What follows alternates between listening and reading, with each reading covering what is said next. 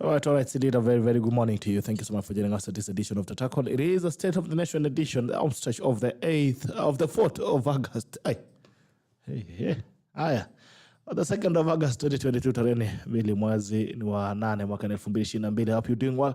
You're woken up. Nairobi weather. Watu walisema ni ya watu wawili, mmoja wa kupika chai na mwingine wa kuendea mkate. As it is this morning is crazy, and also the visibility along the roads seems to be having a problem kidogo. But indeed, as usual, when you join in, we get to know that you're watching us. And please share. When you share, you give someone else an opportunity to watch the broadcast. This is a Tackle the State of the Nation edition of the 2nd of August 2022. Only 7 days to the general election. 7 days the general elections. This morning I was listening to IBC saying they are ready to announce a new president in a week's time. In 7 days' time, we'll be having a new president. That's the thing. Tuko hapa na mheshimiwa David OSIANY. Tumetoka mbali na yeye kidogo, tuko na haso lingi, tuko na haso hapa na pale. Lakini yeye ni kama akaingia jikoni mapema. Nikabaki nje kidogo. Na alikuwa ameniambia akiingianga atakuwa ananifungulia dirisha. Siku hata nataka mlango. Nikasema ndugu yangu kuna ananifungulia dirisha kidogo. Mimi nikafungua hadi gate. Hata kama sikuli. Mimi nikafungua hadi gate. But it's good to see you again. It's been a couple of years since we last met. You're doing an amazing job. I've been watching what you're doing as well. Shukuru sana. We'll get back to that. As usual, when you join, please when you get to know that you're watching us, and please share. When you share, you give someone else an opportunity to watch the broadcast. We're waiting for Mheshimiwa Wilson SOSSION. You should be on his way. Leona alikuwa na breakfast mahali pia, but he should be in his way. Inafaa afike atakapokuja in a very short time. Alright, lakini kama kawaida lazima tuende mbele za Mungu tuombe. Alafu tukirudi basi tunakuja kwa hapa salamu zenu. Mighty Father, we come before you this morning. We worship you. We glorify your name. Thank you for another opportunity to be alive. Even thank you for this conversation. As we have this conversation regarding the country, we want to pray that it may edify the fabric of this nation. We want to pray even for every other citizen as we are towards the elections. We pray for peace and we pray for decorum.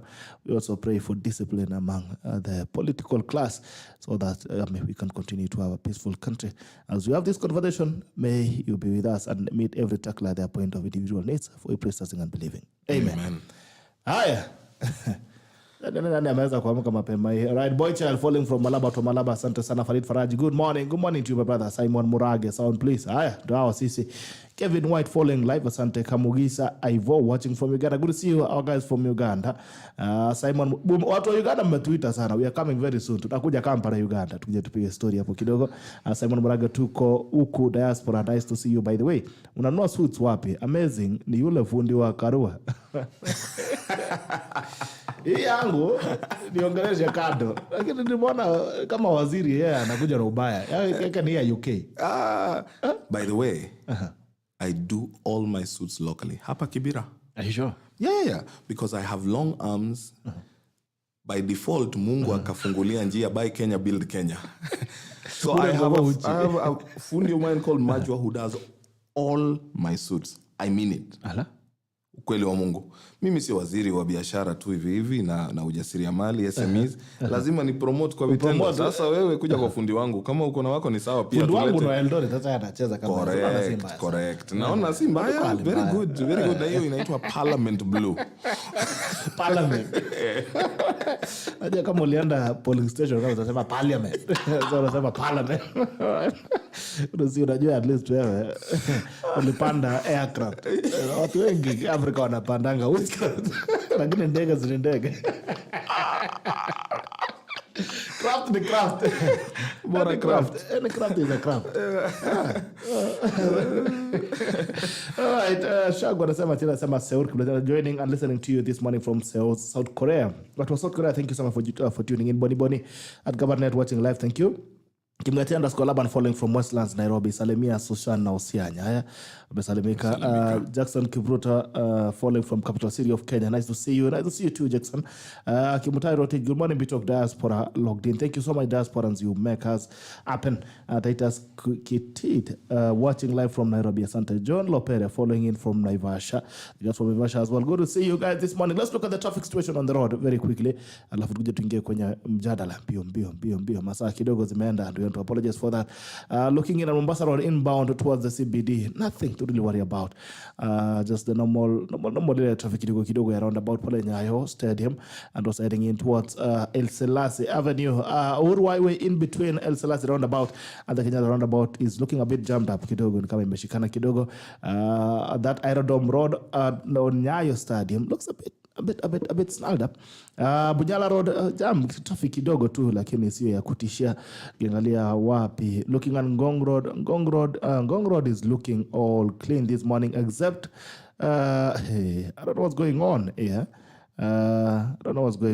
Actually. That is on Mbagathi Way towards the Kenyatta roundabout. It's looking very crazy all the way from the bridge at Kenyatta Market. Haikai vizuri kabisa on both ways. I don't know what's going on inbound and outbound.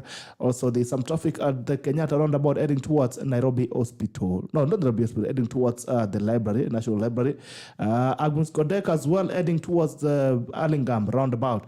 At the Total is looking a bit crazy as well. Jami meanzia pale Arlingam Shopping Center heading towards the roundabout, but leaving outbound outside the roundabout towards Valley Road is looking all clean all the way to the CBD. Nothing to worry about on that side. Looking at main side of Ngong Road, there's some little traffic just after Prestige towards Rose Avenue towards Ngong Hills Hotel. Some little traffic, but nothing to really worry you. Okay, looking at Kingara Road this morning. Kingara Road is looking all clean. Nothing to worry about on Kingara Road. There's always a track pale na kwanga imeshindwa kupanda milima. Every other time in the morning, you have to find a truck. On Kitanga Road, very clean as well, heading towards Valley Arcade. Nothing to really worry about. Our roads are a bit clear. This is James Kishuru as well, heading towards Lavington and all the way to Waiyaki Way, ABC Place. Nothing to worry about. It's looking all clean. Waiyaki Way as well, heading into town. Nothing to worry about. It's all clean. Watu wa Thika Road. Najua lazima mkuwe na shida kidogo. Kiambu Road. Not looking good at all. It's looking a bit crazy all the way from the DCI, actually not even DCI, Ridgeways, Total Ridgeways. The traffic is beginning all the way from Total Ridgeways, heading towards the Muthaiga Exchange. So it's not looking good at all. Kiambura not looking good at all. Thika Road as well, there's a lot of traffic beginning all the way from De La Rue, heading towards the Muthaiga overpass as well. But after Muthaiga overpass getting into town, there's nothing to worry about. What was Limuru Road, there's some just small traffic as well around the Aga Khan University Hospital, but nothing to really worry about on Limuru Road this morning. So mahali tunaona shida leo ni Kiabu Road. Let's look at Langata Road. Kama kawaida, I'm sure there's traffic. Traffic is beginning all the way from the Southern Bypass Exchange, heading towards T-Mall roundabout, and that's be the construction that's being done. I saw they're almost getting done with it. So in the next couple of weeks, traffic should be able to flow very clearly on Langata Road. Let me know how the situation is on the roads wherever you are. Niambie mambo iko aje. How is traffic looking like? Billy Kosgei anasema Western Australia tuko lock, no traffic. Na ugo pia niangalie watu wa Australia anasema there's no traffic. Eri nyinyi. John Pera, good to see you. Jatas Home Appliance, sticker live, asante sana. Kiproa Victor Morning, Jerry Peter following from Las Vegas, asante. Nathan Miego anasema watching from Bomet. Huko ni 6 piece. Haya, okay. Haya. Diyo sutieno mnashona wapi. Omolo Ken Kimberley, following from Donham, good to see you, Omolo. Millie Kosgei watu wa Australia, mambo vipi? Solians, you make us up. And Roy Williams, so good morning associate. Good morning to my brother Musa Meloski Liza, Musa Meloski from South B pamoja na UDA baba. Okay. So Williams, our next government should be strictly with traffic rules, should install active traffic lights and cameras. So a question to OSIANY. How comes youth voice is always lost after president takes power? Over promise and delivery. Okay. Question. How comes youth voice is always lost after president takes power? Over promise and delivering. I think maybe on the youth issues, but even before you go to that, good morning to you, sir. Good morning, my brother. Good to see you, finally. Nice to see you. And congratulations. Asante. Asante. Hata kama hujafungua dirisha, I can see you doing a good job. No, and there's a ripple effect. Nilikufungulia gate na mlango wa nyuma, sasa wewe unataka. Mimi nilishinda kuingia. Hey. I shall enter Canada. No, it's good. It's good to be back. It's good to be here to touch base. Of course, as you say, we come a long way. First, congratulations for this wonderful show. Thank you. I had to come because I think you're doing an amazing job. Wow. I had to come because mimi naelewa mahali tumetoka. Hai maze, tumetoka mbali. And I endorse the tackle as a great show. Rudia tena, hawajasikia vizuri. Because I think you have done a good job. And brotherhood then demands that we support one another. Sasa mimi, najua I will be supporting this hata after Baba becomes president, tutakutafutia biashara na opportunities. Baba the fifth. Alafu baadaye pia tutawachia naibu waziri, naibu rais wa sahi. Hapo nyuma pia yeye asukume kidogo. Alafu hata wakiniachia sawa. Hauna ubaya. Hakuna shida. So you've been, there's someone who was endorsed to here. Anaitwa Dr. Jen Queen Omwenga. Sama David Osiani should become our CS for education. Kwani iko nini? He is fit. And we have to tell the fifth His Excellency Raila Amolo Odinga. Hapo ndo nasema inshallah. Kusapewa kasi. Elimu. Alright, so what have you been up to? No, I have been up to, of course, as you know, nearly 2 years ago, 1.5 years ago, the president requested me to join government as the chief administrative secretary, ile wanaita assistant minister for industrialization, trade and enterprise development.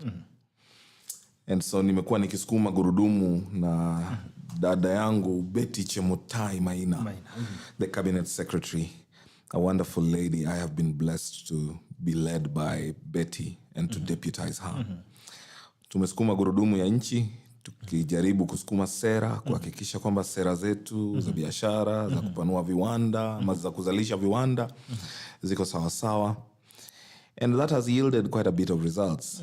In fact, I was just telling you before we start the show, one of the best destinations I went to visit, my work destination was Eldoret. I had so much fun. Hapo kwanza nilienda po Isili. Nikakutana na mafans, tulikula samaki mpaka tukakaa. Alafu nikaenda members club. Nikapata mursik ile sotet. Ulienda members pale members yenyewe. Members premier. The real deal. Ulienda members premier. Hata hapo nyuma, hata hiyo members nyingine pia nilipitia usiku hawakunijua nikasema baba yangu. And we had a lot of fun because huko pia nilikutana na young SMEs just starting up. Brilliant work. I was so delighted. Sasa ndio tumekuwa tukisukuma gurudumu ya serikali. Nilitembea Rivertex, of course. Hata nikaenda kukula lunch hapo, kuna msichana anauza githeri hapo nje anaitwa Tracy. Nyoyo. Tara, thrilling and thrilling. Very nice. Nilikula nikasema, and Eldoret tutoki tena. Eldoret hata nilikuwa nataka kupewa bibi lakini nikawaambia mimi ni bwana ya bishop. You can call the fire from heaven to consume you. I had a great time. Eldoret was one of my best destinations. When you have a bishop for a wife, or a pastor, it's very dangerous. Yes. You cannot just sin any old. No. Of course, God loves sinners, but you cannot sin. Yeah, so nimekuwa tukisukuma gurudumu za sera za serikali tuhakikishe kwamba tunapanua viwanda. As you know, the Ministry of Industrialization has been the one presiding over Rivertex. Of course, Rivertex is owned by Moi University, but as a ministry, we are the ones who have been supplying equipment and everything, and we are the final tail end stages for transferring Rivertex substantively to be under the Ministry of Industrialization. Lakini kule nikapata watu wameajiriwa karibu 1,000 nikasema ona Mungu. Mambo yaliyosahaulika. Rivertex is blessed to have a very, very good CEO. Excellent man. And I think he's done a wonderful job. Watu hata hawajui, I don't even think the people who live around there know how big Rivertex is. And actually, the plans. I was still very impressed. Unajua hapo kuna machines unaangalia unasema, what do we go to do in China? Hakuna. We have capacity. Right now, ukiona our police wamevaa blue, jua hiyo ni Rivertex. So tumesukuma gurudumu namna hiyo, industrial parks namna hii. One of the greatest policies of the President Kenyatta's regime has been to have created the special economic zones. As a bill, as an act, forming then the Special Economic Zones Authority. In Eldoret, for example, we have the AEZ, owned by DL, David Langat, which seeks to be able to export, to export power. We have, in Kiambu, we have Tatu City. Watu hawajui Tatu City ni Special Economic Zone. Naivasha tumeenda juzi. Tukizindua a special economic zone by one of the biggest Turkish companies. Wenye wanakuja nchini who will employ 3,000 people. Wow, okay. Kule Kisumu, we are trying to do the Miwani special economic zone. Mikwama kidogo because of mambo ya koti, but I think that's on its track. We have EPZs, export processing zones everywhere. Because there is no way we are able to onboard as many people into employment until we industrialize very quickly and rapidly. That industrialization and expansion of our industries is what will be able to create thousands of jobs. Ukumbuke, we are at a time when we have the obvious threat of artificial intelligence. Saa hizi robot inafanya kila kitu. So then we have to create that balance of synergy as we advance to that world in the next 20 years. How to get people employed, but how to also equip them with the correct skills that will not leave them jobless. Sasa, mimi nimefurahia kusukuma gurudumu ya kazi. Na tunaendelea namna hiyo, awamu wetu ikifika, ikimaliza. We hope that we will have done our best to Kenyans so that then the next regime, if they find us fit, tutachapa kazi. Mtaendelea na job. Wakiona tuende tupumzike, sawa. And there's something that I must really commend you for. The Ministry of Industrialization and Trade Development for the longest time has been a very docile ministry. And it's been more of quiet and more undergroundish. Nobody says it. And you've given it some really fresh energy. And people finally can get to speak, or even if they're not even speaking about it, but they can see. They can see that there's a ministry, and this is what probably it's tasked to do.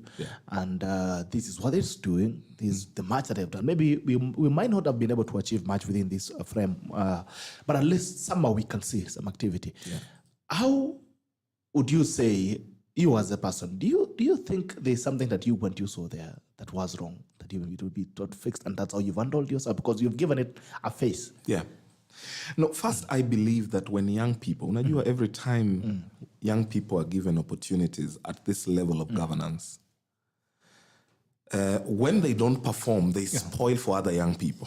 Sasa watu wanakuja wanasema hata vijana tuliwapatia kazi wameshindwa. Sasa wanakuja kutuambia nini? But the only way we can ensure we hold, for example, presidential candidates are running for office. The only way we can compel presidential candidates, the same way women have compelled them to say that they will give half of their cabinet to women, the only way young people are able to compel all the leaders to give space for young people is by young people who are already in those spaces doing their job and doing it right. Of course, in government, I realize communication agenda is not an agenda. So you can do many things, but no one knows about it. Sasa mimi nilianza tu nikasema hapana, it is now going to be my duty to ensure that we speak out. Tuongee, tuambie watu, what is it that we are doing? You see, when you come to my ministry, for example, we have something known as a Micro, Small and Enterprise Authority, MSEA. But watu hawajui, yet Micro, Small and Enterprise Authority, wanapatiana, they have built what we know as constituency industrial development centers. Ili kama wewe, you have an idea, you can go to those industrial development centers and at a very, very friendly rate, set up your bakery, set up your cosmetic shop, set up whatever it is. They provide shades, dignified business working environment for our SMEs. People have only had Kirdi. Wanaimba tu Kirdi, hawajui Kirdi ni nini. When I went to and this is why I like these girls, I'll get their name, I think it's some Gavi Foods from Eldoret. 2 young ladies who were working tirelessly to set up a little processing plant for flour, a pumpkin, very healthy foods. But Kirdi, gives you the talent, and we have employed people, technicians, food technicians, to just guide you through. Tengeneza namna hii, alafu ikuwe namna hii, alafu itakuwa ready for market. Kenya Bureau of Standards, which is under us, has created special categories of, what we know the S mark, standardization marks. Ili kama unauza hii chupa ya bitoki, for it to meet international standards, it has to get KEBS stamp. Sure. But if you're a young person, if you're below 35 or you're an SME, we have special rates for standardization marks so that you don't pay the same amount paid by all these big boys who own all the big plants. So I think I determined, mimi niliamua tu, I will go in there and get the word out. Watu wengi wana maarifa, wana ujuzi, lakini hawana nafasi. Sasa yangu ni kuhakikisha kwamba tumewasiliana na tumewajuza. Ya kwamba hii ndio mambo ambayo tunafanya. Opportunity iko hapa. Go to Kenya Industrial Estates. If you are already a processing plant, go, you can get up to 20 million shillings to buy new equipment. Are you serious? Yes, 20 million shillings. To buy new equipment, to do something different, to do it bigger. And the loan is at 10% on reducing balance. Wow. Okay. That's just like getting money from a SACCO. These opportunities that are out there, we have to tell our people. If you go to Brand Kenya, Kenya Export Promotion and Branding Agency, they will tell you, wewe kama unapanda, let's say capsicum, there is a market in Congo. Kama unapanda this mimea, there's a market here. If you're doing leather products, you can't go into Europe, but there's a market in Africa, in Namibia, in all these other countries. That has been our job, and I've done it with joy. Because I believe that we have to turn our workforce, our learned, literate workforce, into a business force for the purpose of creating employment for our country. Wacha watu waingie biashara. We create a framework that supports them, so that ukiwa na milioni moja huanzi kujenga factory. Unaenda tu kwa Micro Small and Enterprise Authority, wanakuambia tulipe 20,000 every month. Stima iko hapa, maji iko hapa, start. But as you grow, we then graduate you. You go to KIE space, then we graduate you. We say, sasa wewe, you have now made enough profit. You are grown. Sasa enda nje. Wacha tuachie space watu wengine. That's how we grow. There's something here that, of course, has come up as well, and that is on just listening to you on the issues of standardization. Yes. There are a lot of young people who are trying to get in production and processing. Yes. That sense. What then is the procedure for KBS standardization? Now, because the procedure is not hard, I think people just fear the unknown. But one of the ways we have tried to solve this gap of information so that they have access is we have set up what is known as the biashara centers. Ni kama huduma center lakini ya biashara. There are 4 biashara centers across the country. In Nairobi, we are in Kariobangi. In Mombasa, we are in the KEBS office. In Eldoret, we are in the KEBS office as well. Kutu kipita kwa county commissioner. And in Kisumu, we are in our Kirdi offices. Now, the biashara center has all our 20 parastatals domiciled there. There's an officer from each one of them. If you go to KEBS today to seek standardization, if you visit any of our branches, you will be supported through. It depends, because there will be no single procedure for one, for everything. Okay. So if you want to do water, you will be told what you must do, how to get to the point you're getting your S-mark. If you want to do unga wangano, you will be told how to get there. If you want to do tomato paste, you will be told. If you want to do perfumes, you'll be told. If you want to do a bakery and you want to do bread for the shelves, you will be told. It's a whole mix. But you can also go to the KEBS website and just apply, and they will give you the list depending on what you want. We have a very interactive website for KEBS. And one of the things I have really championed for is to have an open door policy where people can walk in and get assistance. Now, usipopata assistance on Facebook, I am just David OSIANY. OSIANY. Just go hit my inbox. I have excellent community management. Nitakujibu na nikupatie. Bora usiombe fee kwa sababu siwezi lipia kila mtu. Lakini if you ask for assistance for work, I am happy to help support you to start a business and give instructions. Hata EPZ, go, set up, export. Export. There is opportunity out here. Yeah. Okay. All right. And also, looking at this, it's a campaign season again. Yes. And as usual, there's someone who has mentioned there, comes with promises and pledges on what we'll do this, we'll do this. The issues of manufacturing and industrialization has been one of the biggest pillars in terms of promises that have been made by different governments. But I think instead of moving forward, we keep moving back. Because if you look at it, I don't know, when both of us were growing up, you could feel the industry was very vibrant now. You could be very proud to consume Umia sugar when you go and buy in the supermarket. Hata usikii kuweka karatasi, unasikia utembea nayo kwa mkono because of the pride that came with it. Children going to school, you're covering your book with Umia sugar covers and all that. We're talking about our books. You're reading a book, unacheza Crossroad, then you're being told Parliament manufactured by Webuye Pan Paper. There are a lot of things that Rivertex used to have shards, and calendars from Rivertex. When it comes to blanket, we used to have what we used to call Raymond. Do you remember Raymond blanket? It was very warm. Yes. On sweaters, used to be Kenit and all that. Yes. Those things, we keep moving further and further away from them. And there seems to be very little progress in terms of really ensuring that manufacturing is a functioning arm of government operation. What then do you think is the problem? Because it's a campaign season again, every other person is promising, but there seems to be no solid agenda around all the manifestos on what exactly you're going to do. What do you think is the problem with manufacturing? I think the manufacturing agenda and its importance cannot be understated or gainsaid. But I also think we need to give credit where it's due. The intention, I think, of the Jubilee government was to ensure that manufacturing contributes 15% to our GDP.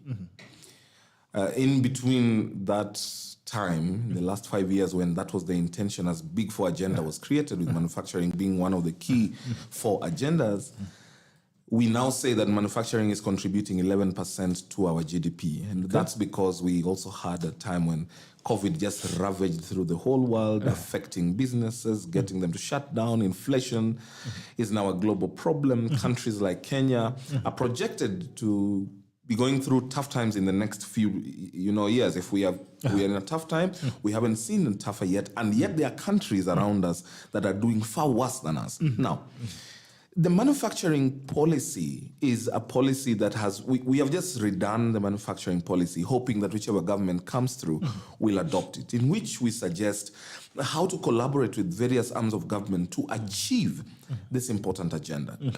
We need to appreciate that times have changed. The world is fast changing. Now, companies that do not adopt to these new methods and systems of manufacturing that are more efficient and cheaper will keep going under. Take, for example, our sugar factories. Some have done very well. I know Sony Sugar, for example, is doing very well. I know Nzoia has been trying. But you see, most of them run on machinery that is, for lack of a better word, near obsolete. As we are advancing, they should be able to overhaul the machinery so that they have efficient machinery. So that then the comparison between the input and output is obvious, the greater output than the input.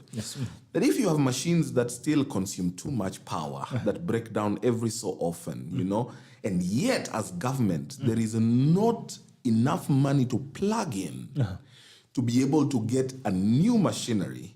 There is not enough money to plug in to be able to get the right variety of crop that matures early and has greater yields. Then we are going to be doing not so well. We also need to look at what are our areas of comparative advantage. Sisi kama Kenya, what are we best in? We can't want to do everything. Globalization has ensured that we are all part of these treaties that allow for liberalized markets. So hatuwezi jifungia na tuseme sisi kama ni Kikomi ama Kikotech ama ni Rivertex lazima tufanye. We don't want anyone to bring in any textile because we are doing our own. We can't. We cannot be protectionist. And so all these dynamics have a place to play. Now, we also have laws that are great for Kenyans but also affect business. For example, when you have a minimum wage and Ethiopia does not have a minimum wage, we have a minimum wage as a country because we believe that we must dignify the workers of this country. So no one takes home less than 14,500 shillings as a government policy. When you go to Ethiopia, there is nothing like minimum wage. So industries jet into Ethiopia and they know they'll pay people 8,000 and people will flock there. Of course, when you look at the net effect, then is you have millions of people earning this 8,000 shillings and the reverberation effect on the economy is greater. But we also believe that we have to create these rules to protect the dignity of our people. Therefore, the manufacturing agenda is as delicate as it gets. It depends on global issues. It's not a thing we can make a decision on today and have it cast on stone. But granted, policies such as the Special Economic Zone Program that were not here in this country in 2013, when the president and his team began to run the country, those policies have been transformative for our country. Improvement on the export promotion, export zone policy, program, has been important for widening the space. The deliberate creation of an authority to deal with SMEs. And now, last year, we've just launched the small and micro enterprise policy. All these speak to the turning wheels of industrialization, and we will not get there without the things we have done foundationally. Now, therefore, the next regime that takes over from us must ensure that they continue with this agenda, the agenda for industrialization. And it is an agenda that must be communicated right from the children as they grow up. So that we are not churning people from school to go and be employed. Rather, we are telling them, finish school so that you go and solve a problem out there. Create jobs. There's this young man in Kirinyaga who has done an amazing job. Anafanya hii charger tunaona hii. He's doing an amazing job because we have created an environment that allows industries to thrive. All right, and again, we're still on that, the government agenda, the government plan on industrialization and manufacturing. Does it not sound some oxymoronish match when the government keeps talking about manufacturing and processing, but it's selling off its assets? You've seen there's been a spree of privatization of government enterprises and parastatals for that matter. You were in Chamberlain, for instance. Yes, I was. You tried all you could to try with my friend Buzeki as well. Yes. We all imagined that maybe we were going to see some magic, but the government keeps letting go of agencies or parastatals that would otherwise, first of all, give them a space to implement their agenda, and secondly, easily create employment, because that is a place you can manage easily. The private sector is more of, it's a bit difficult because it's about individual, what one person wants to do, and there are a lot of other environmental issues around the private sector. But now the government, for the longest time, has had all the assets that can give them a good space, or give them the longer end of the stick in terms of manufacturing and processing. And for them, they can easily make the mistake that you cannot afford to make as a private sector. Then how can we say that government is very keen on manufacturing and processing when in itself it's letting go of manufacturing arms and processing arms that they should always be able to actually empower them to serve? There are times when privatization leads to efficiency, Gerald. I understand where we come from when we say we do not want to privatize. And I champion that as much as possible we should avoid privatizing government entities. But if some of these entities have proven not to be profit-making because of conflict of interest, where, for example, government wants to create jobs, but the truth is that you end up with an organization that is bloated, then privatization should, let's privatize it. Let me give you an example of a government entity that was privatized and has ended up contributing more to government and employing many more. This country had what we had known as the telecom corporations, which was privatized and became Safaricom. Safaricom is the largest corporate in East and Central Africa, the largest, and the top 5 in Africa. Safaricom is only what it is because it was privatized, and there was government intention to ensure that the output was massive enough to impact positively on the people of Kenya. Granted today, if we had left it reeling as Telposta as it was, we would be having a challenge. We would not be Safaricom was Teleposta someday? Yes. Safaricom was a government organization. It was a parastatal. Then it was private. It was a parastatal. Safaricom was a parastatal. That's how you heard of things like Mobitelea. It was at the time of moving it now to a private entity, and that privatization yielded so much. So if we get correct management, I think we also must look at ourselves in the mirror and say, as government, we need to each do our honest part to ensure that the country runs forward. You cannot have a factory thriving if it is surrounded by politics that is unreasonable. You are running, for example, Nzoia Sugar or Miwani, and you have the political class, as we saw with Mumias. You just have the political class becoming meddlesome. You already have the correct staff establishment of 500, and the member of parliament or whoever it is comes and says, you must employ for me 100 people or I'll fire you. Where do we pay them from? Or you have management, as we have had with issues, Mumias and all those others, where management just literally cripples the organization. We have to look at ourselves in the mirror and tell ourselves the truth. All right? If we have endemic corruption in our organizations and we don't stymie it and we don't stop it, then however great management we will have, it will count for nothing. And which is why privatization then plays a big role, because government maintains a huge stake, but leaves the private actors to come. And private actors feel zilch. You cannot go tell them that I want to run this way. They will tell you, go to hell.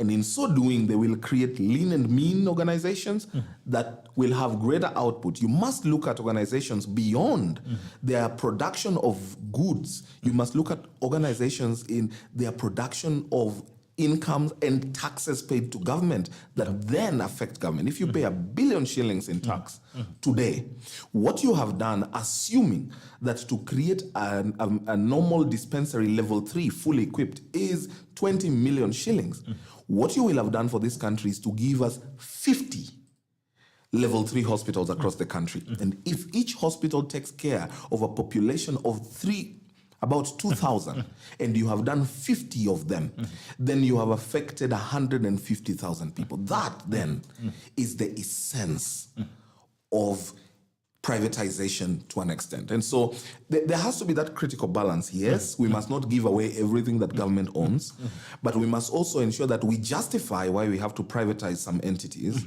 If it is not justifiable, leave it. You know, I was, of course, as you say, Buzeki was my chair in Chemelil, where I was his vice chair of the board.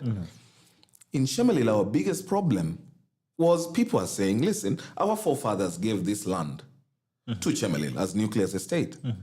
You're privatizing to mean? Are you meaning that you're going to take our land from our forefathers and give it to a private entity? All those are dynamics you have to handle and find a middle ground. Then that way we will move the country forward. But the CEO and the sweeper all have a role in ensuring that our government entities perform well. Kenya Airways, NHIF, Kenyatta National Hospital, name each one of them, Moi Referral Teaching Hospital. All of them must be run right. And there must be commitment from each and every staff member. We must be patriotic to our country, to want the best and work towards it. Okay. You mentioned something about the environment, the business operating environment for companies, especially locally homegrown companies. And there's a question here for you from Roy. He's asking, OSIANY, please enlighten us about Keroche. Do you see it's fair what they faced? They should have been given a chance. And this has come out more often that the laws and the government and the administration in this country is very punitive to, first of all, new companies, that is small enterprises, startups and all that, and also homegrown companies that are seen to compete majorly with major brands, whether they either coming from Mosul or wherever it is. On the issues of this instance for Keroche, there are Kenyans who are working there. Of course. You know, hundreds of Kenyans. It's somehow, it's one of those companies, even you, as a CS or as a minister for trade, if you go to other countries, is one of those companies that you speak about and say, we have this company which is milling beer or brewing beer, second best at the national platform. Then you wear this as the smallest excuse to shut these businesses down. We've seen it even in other companies, Keroche. The government moves so swiftly to shut down this company, just thinking about the people working there, the contribution to the economy, and also which other chance could it be given to survive. For this case, as he's asking, what do you have in mind? What do you think is a problem? I think the first thing, I believe we must never politicize business. And if it is politicized, that would be unfortunate. But I also believe that every industry that truly loves this country must give to Caesar what belongs to Caesar.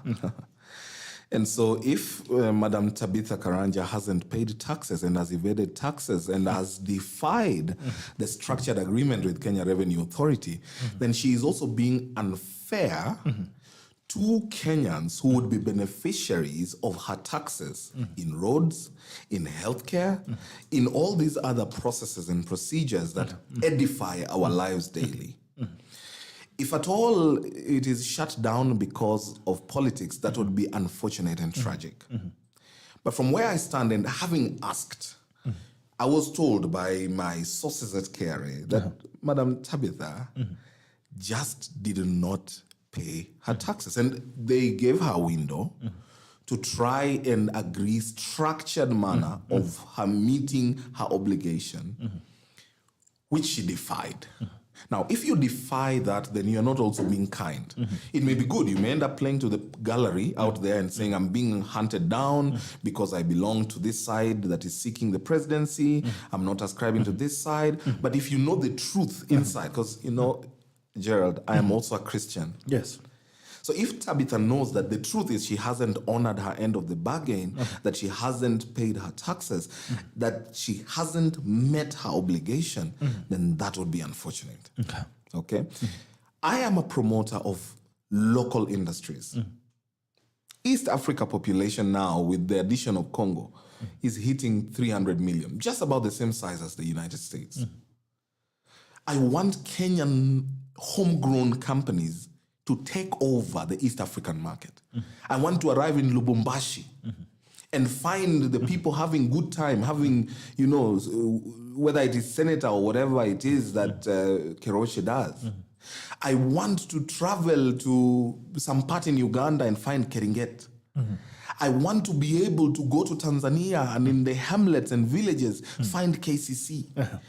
I am a promoter for local industries, but I also think all industries have a duty to Kenyans. Because if you evade paying your taxes duly, you're being unfair to that patient in Moi Referral Hospital who has to queue for 4 days for cancer screening, for 4 months for cancer screening, because government did not have resources to be able to buy an extra machine to do cancer screening. That's the net effect. That's how we must look at it. We must look at abdicating tax duty as abdicating patriotic duty. And so if it is being politicized, that would be tragic. But if it is true, as I have heard, that she has just defied and said, you know, tutaongea na next government, then that would be unfortunate also. 2 things on that. The other, around 2 years ago, the government gave Korean citizens who are coming to do business in Kenya a tax leave. Right? I think must have been Korea, if I'm not wrong. Give them a tax leave that you can come in here and try to do business without paying taxes. The Chinese that give us loans operate at almost zero import tax for the products that are importing into the country for construction. What's so difficult about also giving Kenyan companies tax leaves or waivers? No. We have a very structured method. What people don't know is that the Export Processing Zone program gives 10-year tax leave for some taxes for investors who pick up the export processing zones as their place of doing business. Now, I have been pleading with our Kenyan business people to get into the EPZs and do business. Yesterday, the president opened the Dada EPZ in Kisumu, which is doing textile. A lady who started by selling mitumba, by the way. True story. You remember that mitumba story? Yeah. We have to read the story of this lady from an importer of mitumba to an exporter of new clothes to other markets. Anytime you set up in our EPZ program, because we know you will have the challenge of trying to access markets, finding footing, you have a tax holiday on some taxes, not all taxes. It's part of an incentive to attract people who are coming. There are Kenyans who have factories in the EPZ and they enjoy just the same. Even in our special economic zones, if you ask David Langat, the incentives apply and cut across.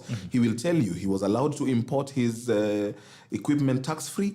He is allowed a whole raft of, tax incentives so that we get as many investors coming. Then we can guarantee jobs. But beyond jobs, most importantly, we are very keen on skill and technology transfer. Ndio Wakenya pia waweze kukuwa na ujuzi wa kufanya hizi kazi zingine hao wengine wanafanya.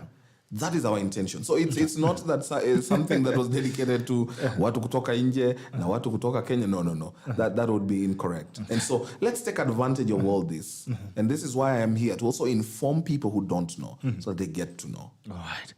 Okay, all right. Tukuje sasa kidogo. Tumesikia fununu. Unajua Kenya fununu haikwangi mbali sana na ukweli. Tumesikia fununu ya kwamba ndio iko tabu ya mafuta inakuja. Understand that there's a big looming fuel shortage problem that's coming up joining us very soon. I don't know. What do you make? Why do we keep having these very incessant problems? For this foreseen or predicted shortage in the near future, I think it has everything to do with the instability of Ukraine. People don't understand how globalization. People don't understand. No. But Ukraine is the world's largest supplier of wheat. No, but ugali is ngano. Wait. Wacha, wheat. Kenya, we have a shortage for a simple reason.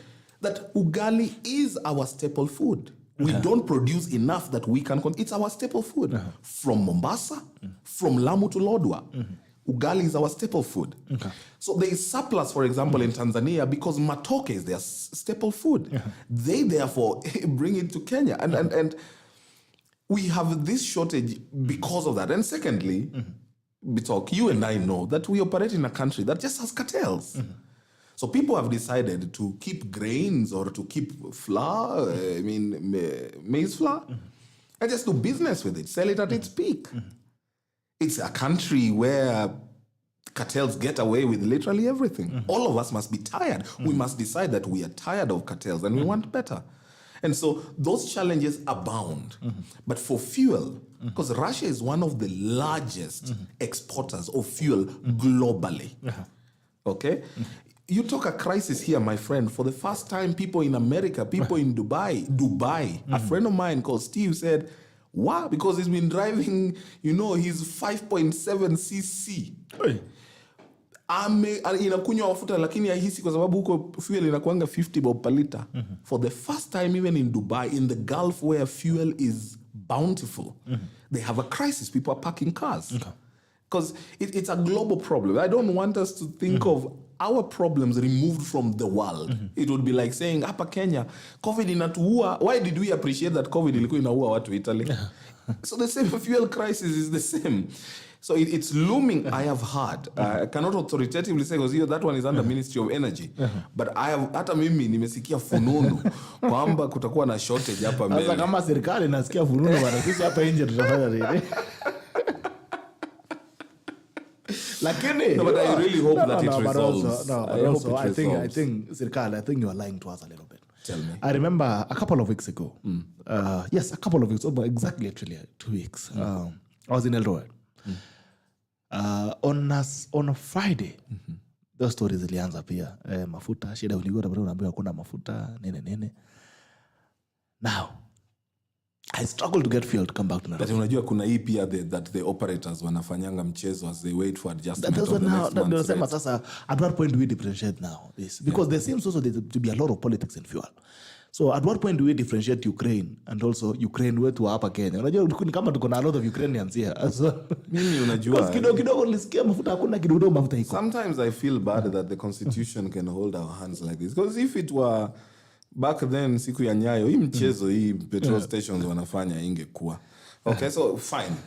But because we are also supposedly, there are some of them that even export to other countries when we don't have here. You're just being selfish because the prices are better out there. And we need to have conversations with them. I know that the government really tied a noose around their necks. When President Kenyatta spoke the other time, wote walishika laini. So I am just hoping that this supposed looming shortage will not be there. It may just be a rumor. Pia nchini unajua tuko na rumor nyingi saa zingine. So I hope haitakuwa. I am praying haitakuwa because I know the Ministry of Energy, especially the Energy and Petroleum Regulatory Authority, EPRA, I guess that they already know if at all this is coming and they are putting in place, a fallback so that Kenyans don't get themselves in the crisis that we saw the other time. I really, really hope so. But there is a global shortage of fuel, part of which, unajua Russia imeamua, if you are not going to buy using our ile pesa yao inaitwa rubles, you buy with rubles, not US dollars. US dollars is a global currency. Yes. It's created a huge problem. So there is that also, truly. So tujue tu shida yetu sio ya kujitakia. There is part of it that's global, there is part of it that is for naughty operators here. The naughty ones will be dealt with. Unajua huko kuna waziri anaitwa Monica Juma bwana. Na kuna PS anaitwa Kialangwa wa energy. Alafu kuna petroleum and mining pia kuna Andrew Kamau huko. Na kwa nini basi wasifanye hiyo kitu? Why they not doing that thing? I don't know why they're not doing that thing. It shall be well. Okay. You're in government. I don't know. Sometimes yesterday there was news from George Mahoa. He woke up in the morning. Yes. Akasikia ni kama asikii vizuri sana. He's not very happy. Asikia ameboeka. Akafunga shule. Asikia ameboeka, akaita watu wa press. Kujeni. Akasema kesho. Kila mtu anachukua mtoto wako peleke. How does government operate? I mean, these are children. You're dealing with children. You are a parent. We always have plans on what you... Then someone wakes up one morning and tells you, go and pick your children from school. I've closed school. How does government operate? Government acts in the best interest of its citizens. Of who? Which citizens? Of its citizens. Are we not citizens? We have an upcoming election, Gerald. There are a few realities. To close over the weekend. Relax. Ngoja. One, our primary schools are the polling stations. Okay. As part of preparation for election, which is a sacred process in this country, we must be able to prepare in good time what the polling stations will look like.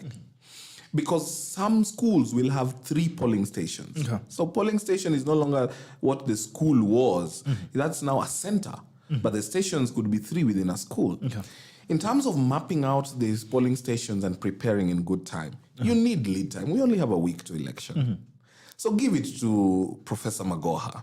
Secondly, you and I both know there are people who move to go and vote in different areas. You don't want to wait and yet some of them washajipanga wakachukua leave wakasema mimi nitaenda nyumbani on Friday, then unafunga mtoto ndio afanye nini. Some kids have to travel from, let's say, Mombasa and head all the way to Kisumu. Some will have to leave Migori and go to Pokot. Some will have to leave Masai Land in Narok and travel all the way to Msambweni. You must give headroom for all that, or else we will have a crisis when you decide it's Friday. All these people want to travel. You see, when you say school is closed today, you then have 2-3 days of wiggle room to ensure that kids disperse home, to ensure IBC takes charge and command, to ensure they assess, they do a risk assessment of every school. Because this election, you know how elections are emotive in our country. You don't want to leave anything to chance. Ati wakorofi waliingia shuleni wakafanya sijui ghasia gani just because we did not have enough time to prepare for them. So there are days when those abrupt decisions will have to be made in government, but they are made for the good of the citizen. And the citizens are asking, when did Magoha know that classrooms are polling stations? But he has always known. That's why he declared they would close. Why didn't he prepare on time? Why did he announce last week? Well, there may be a challenge with him having not given time and said, let's close in a week's time, effective today. That may have been a weak link. But the decision to close school today is a good decision nonetheless. And on a scale of good and bad, I think good outweighs bad here. The good outweighs error. So why can't we focus on error, son? I know parents are even happy what we are not happy as telling you. We are not watoto. As citizens, we want to tell you that if you really, and I think I don't know how government operates. The things that because I think the government is there for us. And if you say you're making the best decisions in my best interest, then you need to involve me in those decisions. You cannot tell me, OSIANY, that you are making, you will kuja hapa ufunge hapa, alafu niambia you're making it in your best interest. And the government, don't worry, have your best interest. We have to concur. We have to concur that if we consult everybody, we will never move. We also have to concur that some of us who are in these positions are in these positions courtesy of the people. Yes. They expect leadership from us. Leadership oftentimes you have to lead from the front. Definitely, there are times when you have to lead from the center, consultative, and there are times when you lead from the back, mentorship, but often you have to lead from the front. And so I think wacha waziri aamue ni sawa, iko na hitilafu kidogo, labda angesema mapema kidogo, lakini hayo yote 9-10 tujue ni twende nyumbani tujiandae kwa kura. The government loves us. Yeah, very much. We love you back. We love you back. Now, coming back to hunger. So, more than a week, close to 2 weeks now. Oh, actually, it's 2 weeks already. More than 2 weeks since the presidential orders were made on the price of hunger. That sasa jana by day, jana bwana nimeenda njaa bwana imenipiga. Nikaenda hapo mahali hapo Lang'ato nikakaa chini nikamwambia sasa nataka mbuzi nusu. Weka kapilipili na kutengeneza managu kando. Na kuja na ugali. Kaambia 30 minutes. Nikakaa. Kidogo nikaona wita amekuja akasema tumesahau hakuna ugali. Utakula mkimwa chips. Can you imagine mwanaume ukukula chips? Chips ni chakula. Sasa there's no hunger. No, hata unga 100 shillings. And there's just no hunger. There's no hunger. I saw yesterday the supermarket that saying if you're not buying anything more than 5,000 shillings, you're not buying hunger. And this is after President stood on a podium as a president and said, I am declaring that unga will be 100 shillings. All right. And it was. The millers have responded. So on the dailies, the millers have said we've not been paid. The government has not given us money.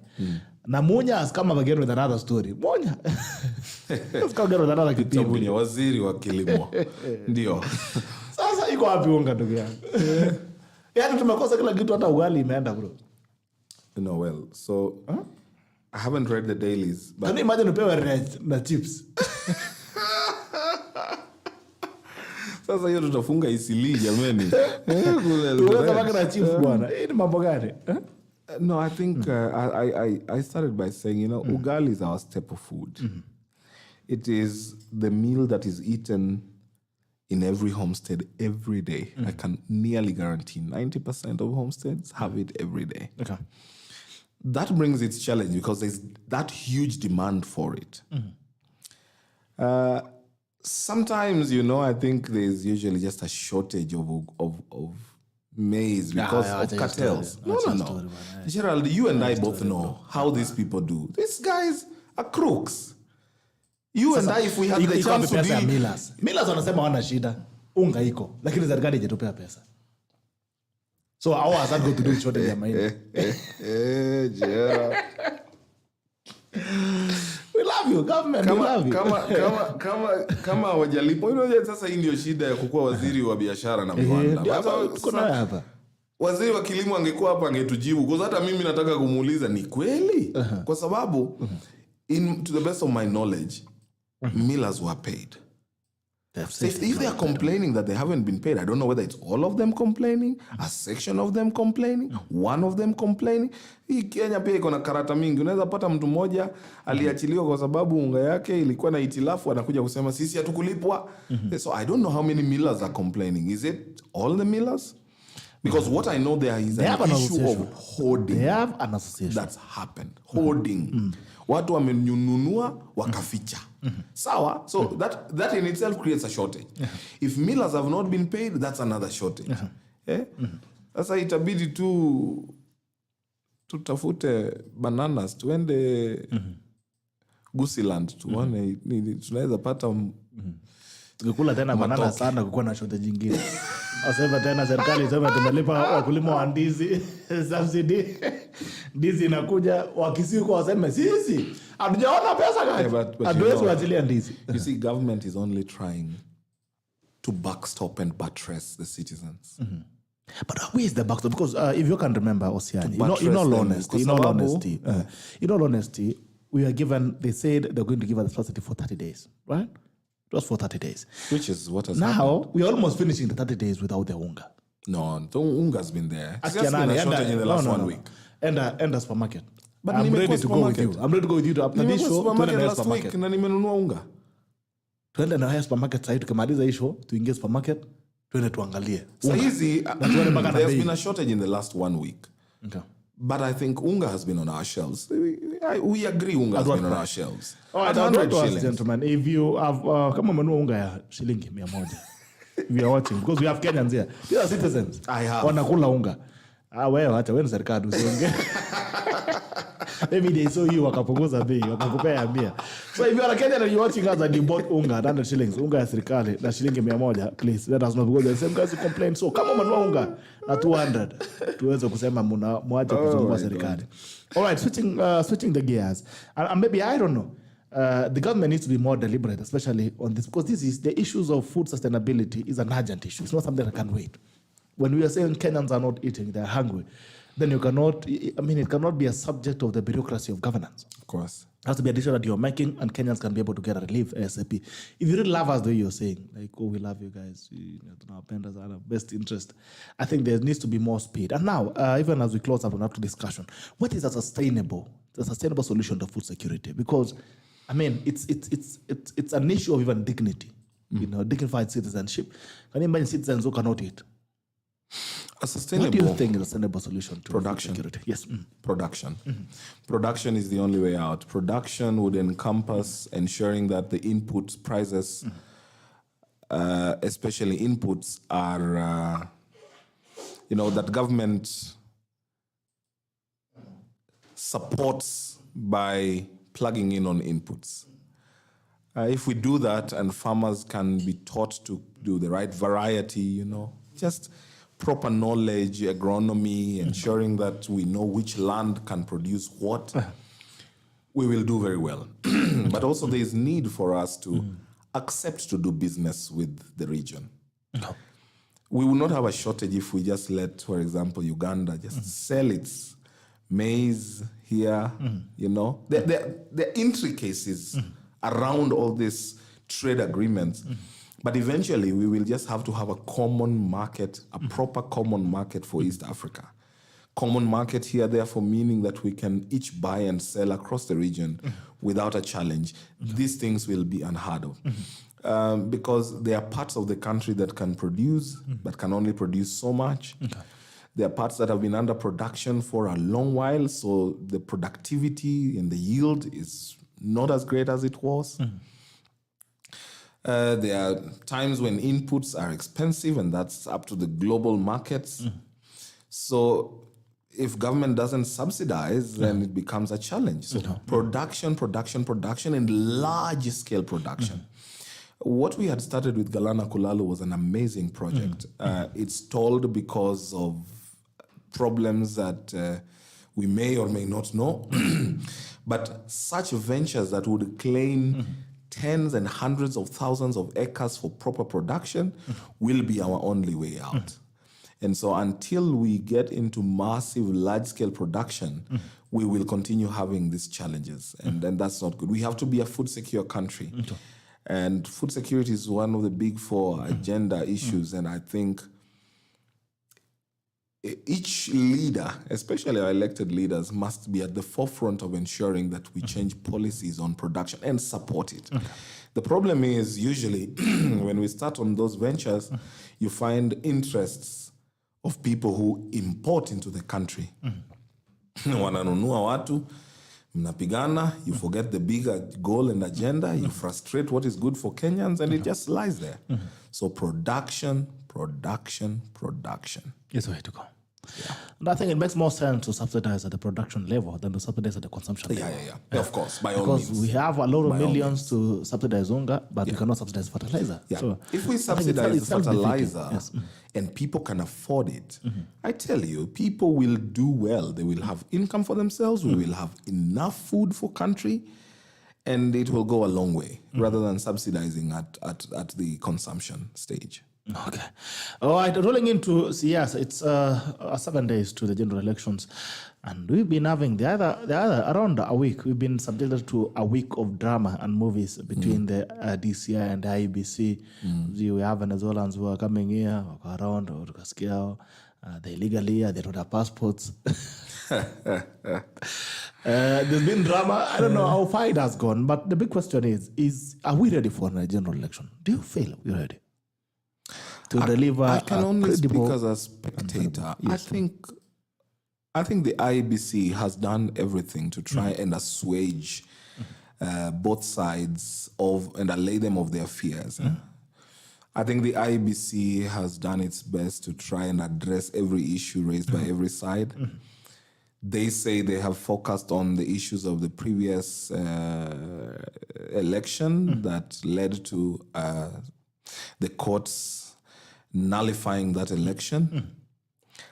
I believe that if they have done as they say, because we can't verify until the election day, then we will be good to have a free, fair, and just election. My hope is, it's the election time. I remember when I visited Eldoret, we went to have food with my very good friends like Roger Skirwa. I've seen him here. Yes, and many others. Mr. Agriculture, an excellent, brilliant guy. And I told them, sasa simutapatia baba kidogo. Akasema, baba, tutampatia kidogo, lakini kijana wetu atapata mingi kidogo. Nikamwambia, patia ni baba. We cannot afford to hang and kill ourselves over an election. It is not worth it, whoever is listening to me. It's not. These elections will come and go, but I want us to vote with a conscience. Let us vote beyond what language our mothers speak. Because then we will be hating each other just based on how we roll our tongues. Period. Our language is entirely based on how we roll our tongues. Are you able to see beyond your mother tongue and get a leader who you think works in your interest? Fine. Once you have elected him, don't hate on another person. Don't hate on them for choosing. Hata wakiamua ni Wajakoya, don't. Whoever loves Raila Odinga like myself, sawa. If you are a diehard fan of William Ruto, fine. Wewe ukiamua unaenda na Bishop Mwaure, sawa. Ukiamua mnaenda kuuza makende ya fisi na Wajakoya, sawa. Don't hate on each other. Because the elections will come and go. But we must be able to take sides. I was just being told by one of my friends that I have a lot of friends. If you go to my Facebook page, I saw a number of people say, Mwalimu, you know us, we are people of William Ruto. And one person came to say, you should be neutral. I said, listen, it is worse for a man to pretend to sit on the fence than to make a bad decision. But once you make a decision that you are convinced about, be respectful as you convey your decision. Just say, I choose Raila Odinga because this is what he represents. I identify with what he represents. That does not mean I hate the other candidate. No, I choose Raila Odinga. State it with respect. You must not insult each other. Garcia, nini. If you choose the other teams, just state, this is why I choose them. Kenyans, when all is said and done, elections will come. They will go. They must not leave us a fractured and fragmented people. We need each other to hold whoever becomes president to account. By now, you all know that it doesn't matter. The president can come from your backyard, but that does not guarantee that you will be beneficiaries of, directly of that government. So let's work together and accommodate one another. Hii kura itakuja na iende. Mwenye atashinda, atashinda. Mwenye atashindwa, atashindwa. Yote 9-10. Yakiisha, we remain as a family called Kenya. For me, that's more important. Very important. Okay. Yeah. And actually talking about that, there's a testimony. I remember when we started meeting, we used to have a lot of wars. Yes. That time I was in Jubilee. I was campaigning for Jubilee. Where ulikuwa NASA. Ulikuwa nalima uhuru kama Burukenge. Kabisa. Nilikuwa nasema kwa redio, ulikuwa unashanga Uhuru kama kitu kingine. Lakini sasa ona nani ni CS na nani yako kichakani. Sasa kwa kichakani unasema mambo yote serikali iko sawa. And that is it. I mean, that is the reality of politics. Nilikuwa naambia Gabriel Mudhuma because one of the things, even as I defended NASA, because I know many of the viewers here will watch me, I always demanded respect. Hata nilikuwa nasiaga Uhuru namsiaga respectfully and with facts. Hata akisikia anasema, by the way, that young guy makes sense. If you do it with respect, it doesn't matter then who becomes president. They will reach out to you for your talent. They will just say, will you be talk? Alitusiaga, but respectfully, and what he said was meaningful. Sio tu kukuja na propaganda, unatusi bibi ya watu, you know, hizi matusi ya bedroom hizi. Sitaki, na chuki bila sababu. You know, it even becomes hard to come and reconcile when you get to some point of matusi. And I want to urge our leaders, kusema baba ya nani ameua mwingine, kusema nani pia ni mwizi. Listen, let's build a country that's cohesive. And to you voters, even if you've made up your mind, usitusi, sema tu mimi nimeamua naenda na Hurubaro na ni hiyo sawa. Lakini sisi tukiamua tunaenda njia hii ingine ni sawa. Tunauza sera, tupigane kwa sera. Sera ya nani ni nzuri kushinda mwingine? Wewe kama ni mkulima, je, Raila Odinga anasema nini? Na huyo mwingine anasema, you know, our people don't even listen. They don't even read. They don't even find out what is in it for them. So, lakini mkumbuke baba. Mupatie baba kura. Wacha baba afanye miaka 5, alafu kitu itakuwa sawa. Baba ni baba ya watu wote. Hata ni baba ya William. All right, on the issues of about political language and slandering. Could you say then that also the public or the citizenry takes a cue from the national platform? Because there has been a spat of words between the president and his deputy. Does it mean that as a nation we are taking a cue from them? What is the level of responsibility? We are a depiction of our leaders, and our leaders are a depiction of ourselves. I think, and that's why I am pleading, that we cannot decide to adopt bad manners. Let's just agree. If bad manners is bad manners, don't. Just leave it. It's bad whether it's done by my candidate or yours. It's bad. So let's just leave it. Let's build a country of decency where we can disagree, but disagree with decency and say, okay, that's your choice. Let's argue our points. Let's sit down. Let's not be emotive. And then let's make the choices we have made and go back home, hug each other and say, that was quite a contest. But hey, the best candidate won. How do we then work together to deliver the Kenya that serves all of us? Because the president who is going to be elected will not be serving one country and leaving the rest. No, as you have said, I came from the opposition and I got a chance to be on the table. Today, you rightly say that I have brought life to a ministry that was thought to be dead. If they had decided that it was all about that side and not bringing in this other side, we would not have this synergy that we have. And so, hii mambo, tuende tu pole pole, tutavuka, insha Allah, Mungu akitujalia. Lakini, at the end of the day, you know, the will of God will prevail. The will of God will prevail. The will of God. And I saw someone the other day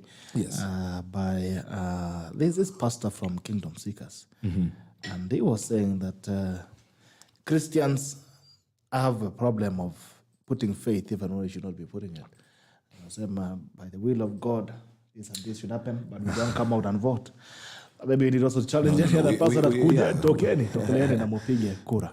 All right, looking in, let's check out the dailies as well. Lakini kabla hatujafika dailies, I still want to remind you that only place you can get the best properties on the property at the best flexible rate is at Optiven Kenya Limited. Optiven Kenya Limited has ensured that more Kenyans are able to settle and own property in this country. We are giving you another products. We are doing the Great Oasis. You guys, you have no idea what you're missing out in Nanyuki. The Great Oasis by Optiven Nanyuki. Bigger is better. telling you that bigger is better. Bigger is better. At only 349,000 Kenya shillings, you can get an eighth of a plot. And you can get as big as 5 acres. I met a gentleman last weekend there who was bought a whole 5 acres and is doing an hospital within that environment. So Optiven, Great Oasis by Optiven Nanyuki is giving you the best opportunity to put your money into good value. And also, do you know the location of this beautiful place? It's actually directly opposite the Olpejeta Conservancy and also next to Mount Kenya Holiday Homes. That's enough to tell you what you're buying into when you get to invest with Optiva Limited. This is a beautiful thing that you can actually pay for your property for the follow. Unalipia polepole kaka deposit alafu unalipia polepole for up to 12 months. I don't know, you don't get such a deal anywhere else. For up to 12 months, you'll be able to be paying polepole for your property. Optiven Kenya Limited continues to inspire possibilities. If you're also in the coast, we're giving you the Malindi Breeze Phase 2. You are done. Phase 1 we opened last month. And within a month, we had already sold off the whole of Malindi Phase 1. So we're getting into Malindi Phase 2. At only 499,000 Kenya shillings, you can get your plot at Malindi Breeze Phase 2. That's what you can get. If you also come to Kitengela, we have the Success Gardens. We have the Victory. We have 16 gardens on Thika Road. That's on Thika Road in Kiambu. But we also have several property options in Kitengela, the Victory Gardens. We're also doing the Happy Gardens. I mean, amazing property offers for you from Optiven Kenya Limited. You can make a call to 0790300 300 and get to secure a property this morning and you get to lipa pole pole. Mwambie nimekutuma unapewa discount safi zaidi, interest free installment payments from Optiven Kenya Limited. Tukisema nimekutuma namba yako inakuwa rahisi zaidi. Celebrations Garden in Kitengela as well is coming up pretty well, so get sure that you can get your property this morning. All right, let's look at the newspapers this morning, how the headlines are looking like. Okay. And also remember that Bunga la Mwananchi pia is open. Bunga la Mwananchi iko wazi 0779-800-010 or 779-800-010 or 779-800-010. Bunga la Mwananchi liko wazi 779-800-010. Looking at the dailies, the Standard says, okay, on the headline as well, high fuel cost, the ban of farmers. All right. First ship with maize leaves Ukraine port. Kuna mahindi inatoka Ukraine, serikali.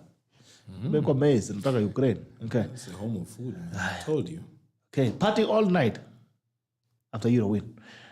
IBC text registered polling stations. Actually, you're supposed to go and verify your details with IBC. Tembea karibu kituo kilicho karibu na wewe, go to your polling station and you get your verification done. You can also verify online. I shared a link yesterday. Ya verify online mambo yako iko namna gani. Sifike siku ya kura unafika unasema nimekuja hapa kutuanga kura. Then you find that you are not even entitled to be voting. So please ensure that you go and verify your details. Some you go to a wrong polling station.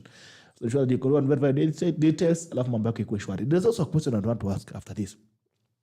Is are you able to vote anywhere else? Like maybe for the presidential vote? No. You can vote in Nairobi? No. Lazima uende Eldoret? Lazima uende Eldoret kwa sababu your paper has gone to Eldoret. Okay. Hata presidential? Hata presidential. Okay. Okay, Baba it is. Baba it is. Uhuru says as DP wants police on leaflets. The story on the leaflets as well. Right, their campaign. The President Kenyatta speaking in Kisumu says that the only path to peace and development is a vote for Azimio candidate. But Ruto reads foul play after 8 messages circulate in the rift. Okay, I'm seeing the small footnotes there. The Raila Odinga says, why are you, Ruto, directing your anger on President Uhuru Kenyatta, abusing him on a daily basis? The story there. Cannot see very well. Kumbali kidogo kwangu. Okay, it says, why are you directing your anger at the president by abusing him on a daily basis? Yet he is not on the ballot. I challenge you to come and face me and Martha at the ballot next Tuesday. Kenyans will decide. Uhuru says, we must ask for vote for Baba. Raila, don't fail to vote and start complaining. Vote and be done by midday. If you vote for selfish and corrupt people, they will not bring any development projects. Okay. William Ruto as well as a rejoinder, we are asking our supporters not to accept to be provoked by anybody because violence is not part of the equation in Kenya Kwanza. We respect democracy, and that is why we have leaders from all regions of the country being with us. Okay. Confusion after Makoa orders a abrupt closure of schools. Okay. Seeing children hapo watoto wao wanaenda nyumbani wanakimbia nyumbani. Okay. Revealed nomination list and Holy Alliance. Okay. And the Rangers die defending wildlife. Bandit attacks leave 7 dead in the village.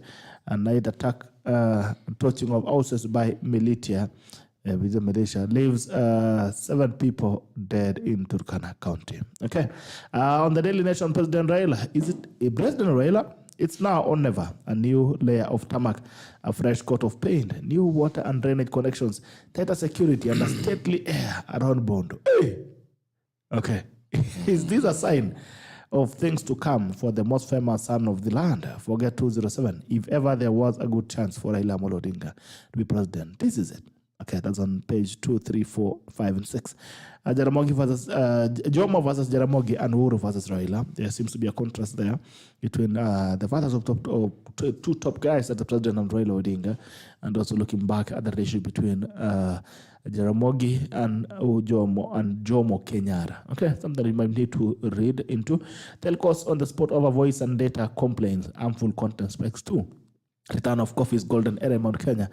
Farmers back to boom times. Chaos and confusion as schools close early. That's also on the Daily Nation. Right. Looking in at the People Day, on the Business Daily as well, there seems to be a story there. This is another story that I wanted to actually look at. Tall oil. India eyes tall oil stake in Turkana for shillings 356 billion.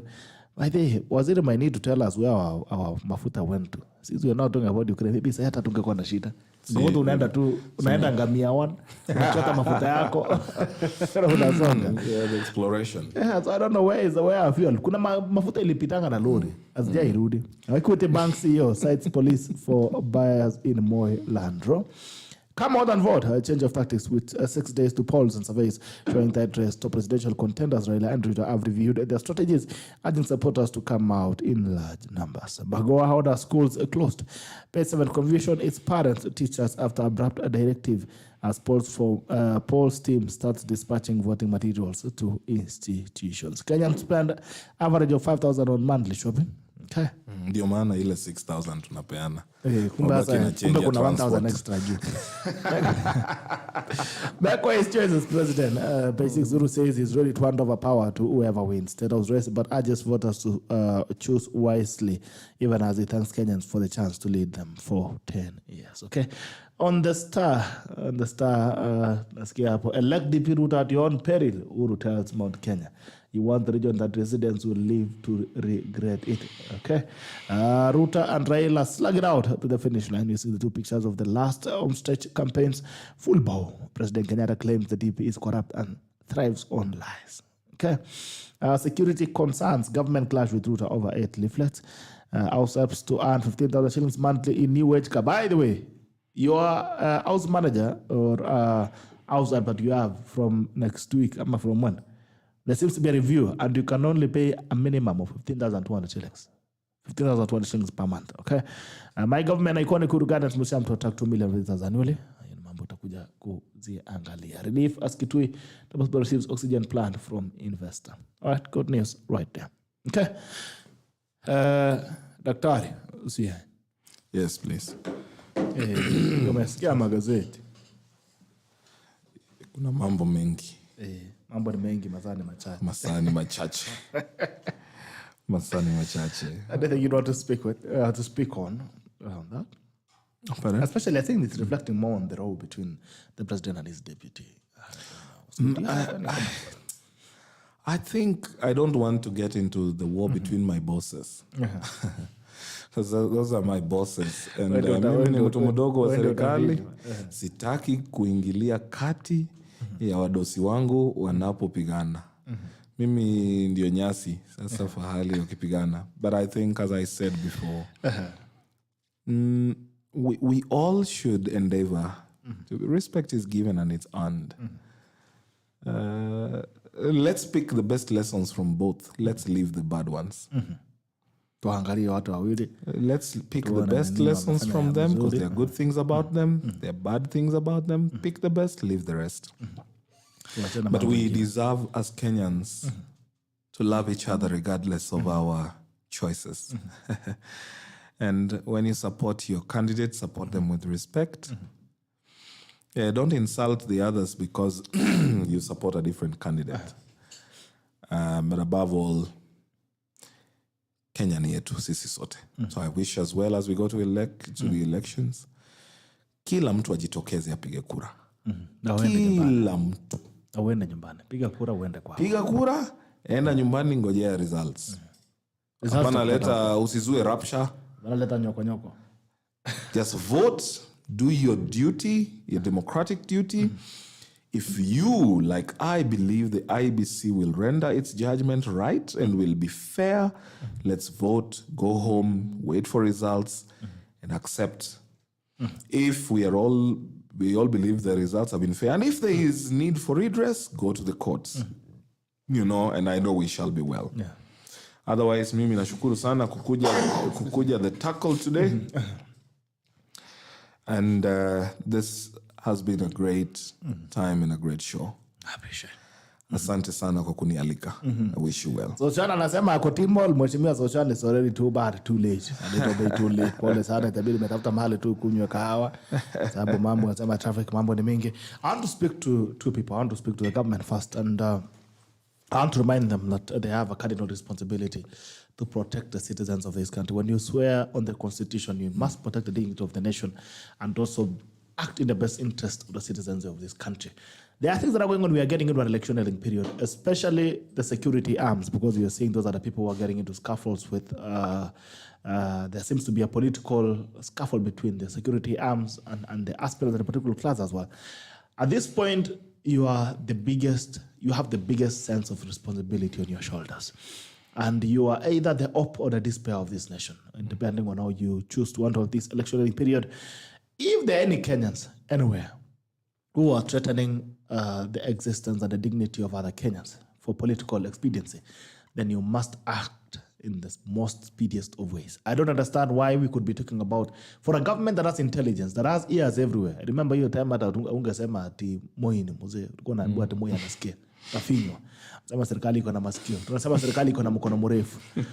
I don't know why, as a nation, we are having these things playing on the public gallery without any administrative responsibility. Because if there are leaflets that are circulating, maybe we are yet to see the samples. If the leaflets are circulating, then we need to see the security arms moving in very swiftly and arresting. I would like to see these people. I'd like to see these people who are threatening the lives of other Kenyans. Nataka sana kuona hawa watu. We want to see them. And if it's possible, we pick up all of them and crucify them on Ngong Hills. But if the government continues to allow such information, sensitive stories to continue to enter the public, then it only serves to bring in a bad vibe in the national level, and we end up getting in suspicion and insecurity among us. And you're also a citizen, kama wewe ni mwananchi, and you're threatening another citizen, another of your neighbor, a fellow Kenyan, because of political reasons. Then Kibaki angesema wewe ni mafia kuku. Mafia kabisa. So, do you have a message for Kenyans? Dear Kenyans, in 7 days we go into an election that will determine our future. You have all been assessors of our past. You know the journey we have had. You can be able to assess it for yourselves. As government, there are places where we did well. There are definitely areas where we let you down. This election will be a choice between moving forward or stagnating or even possibly retrogressing. Yet it is hinged upon us choosing to do that which is right, us choosing to elect leaders who represent and stand for us. Do not hate each other because of this election. It will come and it will go. Do not hate your friend. Do not decide to insult them. Be the better leaders you want to see. If you want to see leaders who respect each other, respect yourself and respect your neighbor. That's how respect cascades all the way to the top. When all is said and done, on the 10th, we will have a country to run and citizens to give life to. Be part of that. Be patriotic enough to this country and give the best of you for our country. And as I spoke, Mwalimu arrived. Yes. Oh, it's my son, David. Good. Yes. I once had a Secretary General called David Okuta. Yes. The great. Yes. Umechelewa sana mheshimiwa. Pole kwa kuchelewa, jam leo ilikuwa mbaya sana. Yes. Okay. But it's good to see you. Yeah, what? I'm well. Indeed. That's what tutakimbiza yako mbio haraka because we're actually finishing up, we're closing up. So maybe I'll just give you 5 minutes. We'll speak on 3 things. First of all, the state of the nation as it is. Mambo ya unga na mambo ya mafuta. I understand we're having a serious problem that's coming up. Mambo ya mafuta. But once in the state of the nation, what do you think? We're actually just having a conversation on the way things are right now and the feelings across the country. I think what we have in the country for the last 59 years is state capture. This country is controlled by cartels. Cartels that are very difficult to root out and who have indeed captured the economy. When you look at the cost of fuel, the cost of unga, the other day, 8 billion shillings were released for subsidy for unga. But there is no unga in the shelves, meaning that 8 billion could have gone the way of the KEMSA billions. So people are using the economy and the resources of the state to create programs to pocket money. And this is an unfortunate situation. And that is why in Kenya Kwanza, and indeed we have, the team of Kenya Kwanza is extremely determined to bring an end to state capture. And that is why we brought up the whole agenda of bottom-up, now to focus and direct resources to the people at the bottom. And it's not to direct resources to their pockets. It's to direct resources to the production sector of the economy. Take money to agriculture and produce enough food. We will not need subsidy. Of the 8 billion subsidy, if 6 billion were directed to agriculture to bring down the cost of fertilizers, the cost of other farm inputs, chemicals, and the quality of the seeds to bring down substantially, would produce enough food and store millions and millions of bags of harvest in our food reserves. So we are dealing with an economy that is under collapse from cartels. And I'm sorry to say, those now who are at the center, at the corner of Azimio, whereas Raila Odinga has been a clean man in the history of politics. But those now around that corner are patrons of cartels. And they're angling themselves to continue with the business, and we must bring it to an end. And that is why when you look at the agenda of Kenya Kwanza in bringing an end to the state capture. Number one, this state capture must be investigated by a quasi-judicial inquiry so that we see to what extent have our institutions been captured. It's unfortunate that even education has been a victim of state capture for the last 10 years.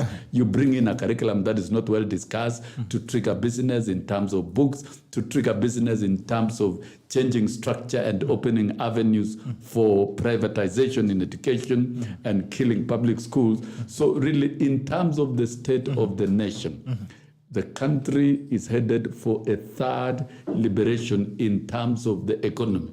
And it's about getting rid of cartels. It's about channeling resources to the production sector of the economy, that is manufacturing, agro-processing, value addition, and protecting farmers, and directing resources also to the micro, small, medium enterprises that have been killed by the big boys, the cartels of the big boys.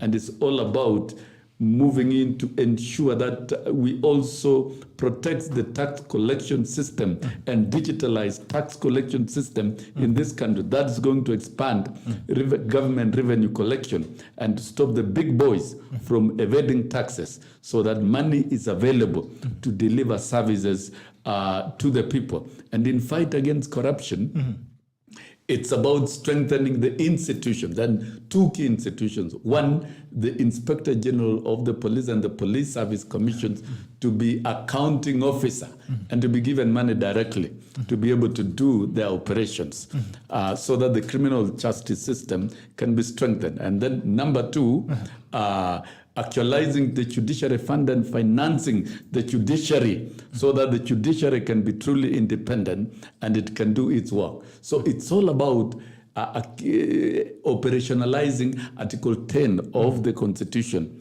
principles of governance and ensuring governance really works in this country. We have a good constitution, but we don't want to implement it. We have a good country with good resources, but we don't want to give it the right governance that it deserves. This is an election that we've broken ethnic barriers, and the Kenya Kwanza has sold a revolutionary agenda that indeed has mobilized the citizens across the ethnic barriers. And therefore, we are headed for a very eventful election. This has been the most issue-based election, and we are looking forward to free this country from state capture, to free our economy from cartels and transfer the economy to the ordinary man. And we'd like to see the percentage of those living below poverty line drop from 60 to maybe below 10% within not a very far future from where we are. So we'd like to appeal to Kenyans. Personally, I would appeal to Kenyans. We will free this country if you come out to vote. All of you come out to vote. And from the figures that we have seen right on the ground, and even from other sources, we are seeing this agenda of bottom-up has a favor of over 60% of Kenyans who will vote. And that 60%, if they truly vote, then we'll have an outright early win. And this is all about numbers. It's all about the message that is good for everyone, including those who will lose in the elections. Very important. So indeed, this is for everyone. And we would like to see a peaceful country after 10, and we would like to see clear victory, and we would like to see Kenyans closing ranks, and we move forward. Because what is important is the economy, the economy, the economy. And every household accessing quality living. When you look at bottom-up, the revolutionary agenda that has been actualized all over the world. If you see the Democrats in the US, what Joe Biden talks about all the time, middle out, bottom-up. You see the Social Democrats in Germany, the same. In the UK, the Labour Party. It's all about equity. It's everybody affording life. And Kenya has a potentiality of leaping forward and join those leagues of nations where there is equality. For once, let us look for equality for everyone. It's a human right. Equality is a human right. Economic justice and economic equality is a human right. And it is what we are voting for in these elections. Okay, you've been a major player in the education system as it was. On the dailies today, every other person is talking about the decision yesterday to close schools, and parents are saying, I mean, you cannot wake up one morning and tell us to go and pick your children. You were there. What do you make of this? How does it operate? I think Jubilee has had a chain of dictatorial ministers, from Jacob Kaimenyi, who was rudderless, to Fred Matiang'i, who was a benevolent dictator, and I'm sorry to use a very hard word, a senile minister who consults himself. You don't wake up one day and close schools without. A school program must have clear prediction and reasonable levels of consultation. So you cannot wake up on Monday and tell parents, we are closing schools on Tuesday. When I checked at Jogoo House, senior officers at Jogoo House were not even aware about the directive. They were questioning whether the directive is genuine. Education is democracy, and democracy means consultations, consultation, consultation.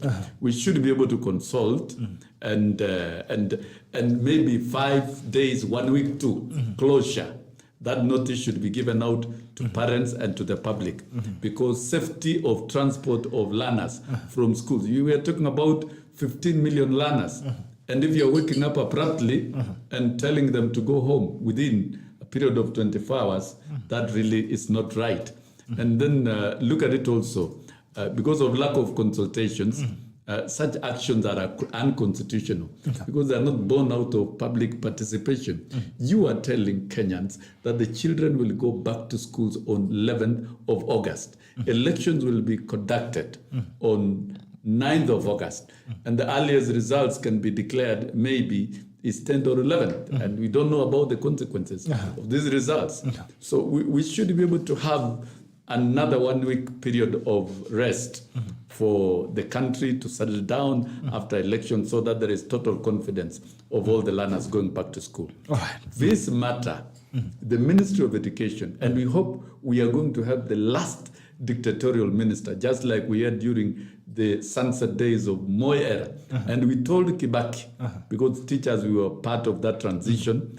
I was in that transition as a secretary to the teachers lobby group for Kibaki. And we told Kibaki, give us a serious minister who will consult. And we were given Saitoti. And all of us will agree, during the tenure of Saitoti as a minister, the level of consultations are very high. Free education was rolled out seamlessly, and a lot of good things that are still taking effect or being run at the ministry can be traced back to Saitoti's time. So we are telling William Ruto, once you are elected the president, appoint a reasonable minister who will bring stability and sobriety in the sector. So because education is a critical sector that affects every household in this country.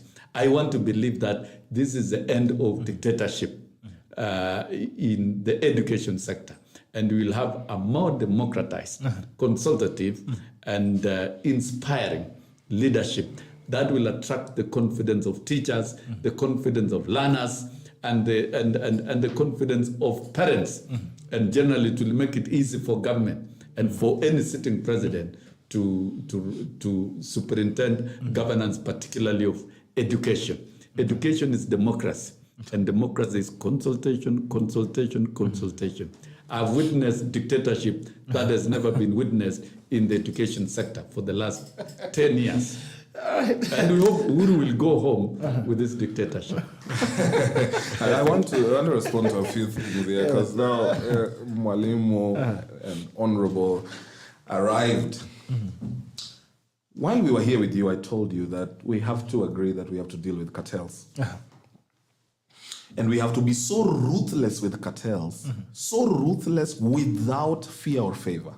So that if you have 202 million in your account and you cannot explain it, it doesn't matter on which side you belong. And that's the judicial freedom we want. So that it is not that when we arrest one, tunalengwa kisiasa. We must love Kenya to the point where if it's my sister, you know, when Raila Odinga was Minister for Roads, when he was bringing down the house of, he brought down the house of his own brother Oburu, Odinga, in expanding the road in Kisumu. His own brother. That's the level of dealing with issues that we want. Dispassionate, objective, to rescue country. The state capture that Mheshimiwa speaks about would be tragic. But if it is only going to be tragic now because they are no longer supporting one side of government, but it was not tragic then when they got the deputy president and President Kenyatta to leadership, if it did not have a name called state capture and it's only suiting now, then I think we are not being honest. So if we truly have pinpointed and said, this is where the state capture begins, the deputy president in his first term of office should have just hounded them out and said, no, you guys cannot deal with the country like this under my watch. It can now not be said only at the tail end towards election. In state capture, hapana. Si walikuwa kule. Na walikuwa wanatetewa na rais na naibu wake. Bas, rais na naibu kama ndio wametuweka kwa state capture waende nyumbani. I think we also need to get a bit facts right. Of course, poverty is a problem. But our rate of poverty is not 60%. It's 17%, which is still very bad. 8.9 million people are believed to be living under the poverty line in Kenya, which is still very bad. Not 16%, but of course, definitely not 60. Not 60. It's not. It is 17%, not 60. And I like when Honorable SOSSION says, yes, we should move it to 10% and below. We are already closer to that 10% at 17. We should just double our efforts. But most importantly, and what is noteworthy, of course, he has also alluded to the education. I told you that we have to look at the closure of schools. Mheshimiwa has been Secretary General for NAT. He knows there were times when decisions were needed of him to lead with decisions and that people would trust in his judgment as the leader. Sometimes in crisis, if you over-consult, you drive to a dead end. We have elections coming in a week's time, I said here. There's preparation of those polling stations. Because most of our elections are done in public schools, which are then polling centers and have polling stations. There's need to have a risk assessment, see what is going to be where, IBC to prepare in time, so that we are not having a haggle. Admittedly, though, there should have been a lead time. It should have been informed way before, because we always knew the election is coming on the 9th. Yes. There should have been lead time and say, guys, I think because we have this election, let's prepare for the next few days. We will be closing on this day, so that there is a week for parents to adjust. So I agree, the abruptness wasn't handled well. I don't think it depicts dictatorship, though. It does. It does. No, I just think, it may not have been handled well, but I think it was done for the good of country. All of us agree that this closure today is for the good of a country that's preparing for the election. Finally, I think that what we want for Kenya, which I think President Odinga will do very well, what we want for Kenya is a cohesive nation. It's not a nation that decides that because they are wealthy people, you have to take from them. No. We want a country that believes we have to create an environment for the micro and small and medium enterprises, SMEs, to thrive, even as we also create a conducive environment for those who have already been able to thrive to continue. If there have been unscrupulous things happening, by these the people, the haves, then address it on its merit and say, guys, this has been your track record of corruption. And which is why I think then that if we truly believe we want a clean slate and a clean break from the past, we cannot afford to prescribe the same solution for this problem that has been there but has not been able to solve it. So the elections will come and go. And I said as I was closing, because I have to rush to Limuru, where we are going to launch the first shipment of avocado to China.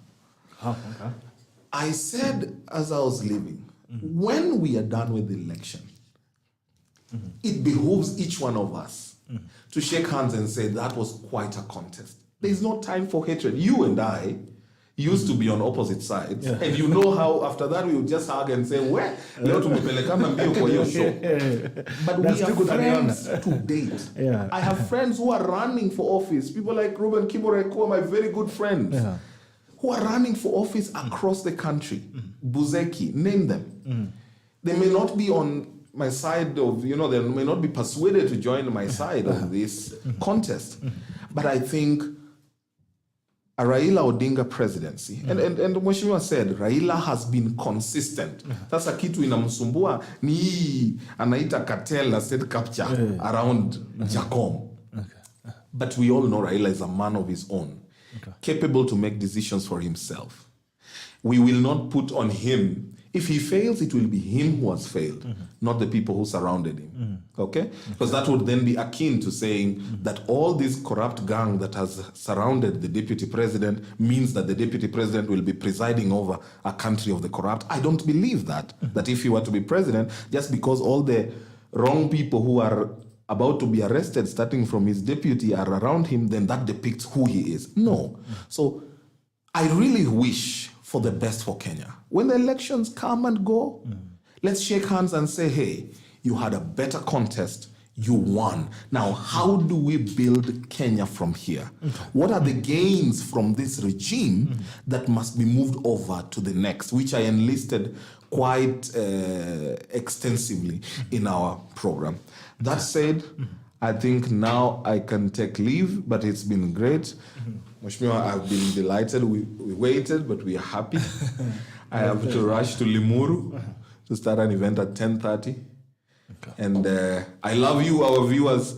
Na mumpatie baba kura. Mwalimu musikizeni tu lakini mumpatie baba kura. You know. But even before you leave, David Okuta was saying, you know, politics is a social game. Of course. Anonymous. And the type of democracy that we have in Kenya, and even the brand of the elections we have in 2022 is the most issue-based. And I think Kenya has leaped forward to the most democratic nations that we have in the world. We are in the category of some countries in the north, the US and the rest. But I would like to correct a number of things. One, when you talk of Ruto having been the deputy president and therefore bear certain responsibilities, whereas good as saying even Kibaki was being the deputy president of Moi should not have been elected in 2002. I think history is repeating itself that we are going to invite a deputy president who has the experience of the presidency and did not have the free hand to do what ought to have been done. Kibaki was the deputy president of Moi for a long time.